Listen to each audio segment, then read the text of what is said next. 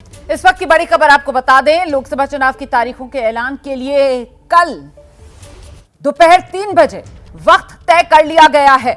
कल दोपहर 3 बजे लोकसभा चुनाव की तारीखों का ऐलान किया जाएगा। इस खबर पर मोहर लग गई है। सीधे आपको लेकर चलते हैं, हमारे साथ हमारे सहयोगी अंकित गुप्ता इस वक्त मौजूद हैं। अंकित, जो अभी तक अंदाजा लगाया जा रहा था, अब औपचारिक तौर पर तस्वीर साफ हो गई है। कल दोपहर 3 बजे चुनाव आयोग लोकसभा चुनाव की तारीखों का ऐलान करने जा रहा है।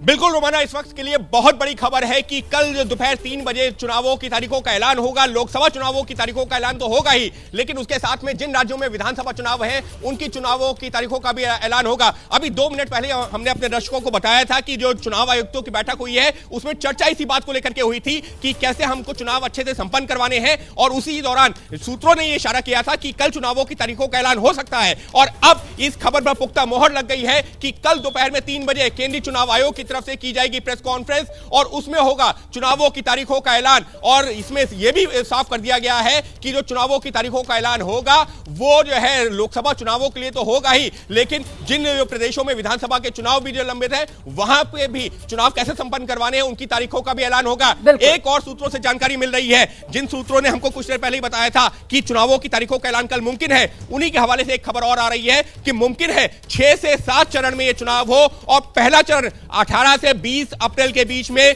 मुमकिन है। तो फिलहाल इस वक्त के लिए एबीपी न्यूज पर दर्शकों के लिए एक बड़ी जानकारी ये कि 6 से 7 चरणों में हो सकता है ये चुनाव, और पहला चरण 18 से 20 अप्रैल के बीच में मुमकिन। जी अंकित गुप्ता, अगर 2019 की बात की जाए तो 7 चरणों में वोटिंग हुई थी।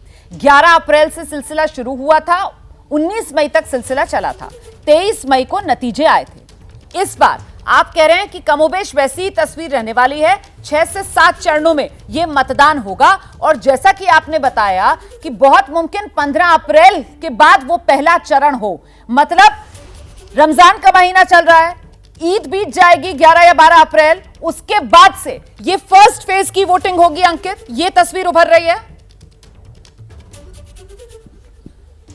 जी बिल्कुल, अभी तक की यही जानकारी मिल रही है। और क्योंकि रोमाना इसमें एक और तकनीकी पहलू भी है कि अमूमन जब भी जो लोकसभा के चुनाव होते हैं तो केंद्रीय चुनाव आयोग की तरफ से कम जो 30 से 32 दिनों का वक्त दिया जाता है। ऐसे में जिस बात का आपने जिक्र किया ना कि रमजान का महीना भी पूरा हो जाएगा और उसी के बाद में रामनवमी भी, 17 अप्रैल को रामनवमी है, तो ऐसे में रमजान भी हो जाएगा, रामनवमी का त्योहार भी हो जाएगा, और उसके बाद में चुनावों को संपन्न करवाया जा सकता है। लेकिन एक जो बड़ा फैक्टर है चुनाव आयोग के सामने वो ये भी है कि जो है जैसे जैसे जो है दिन आगे बढ़ते हैं, मई का महीना आता है, गर्मी ज्यादा हो जाती है और उसका असर पड़ता है कई जो राज्यों में वोटिंग प्रतिशत के ऊपर, तो वो भी एक फैक्टर को ध्यान में रखा जा रहा है। तो इस वजह से चर्चा ये चल रही है कि क्या पिछली बार जो 7 फेजेस में चुनाव हुआ था उसको एक फेज कम किया जा सकता है।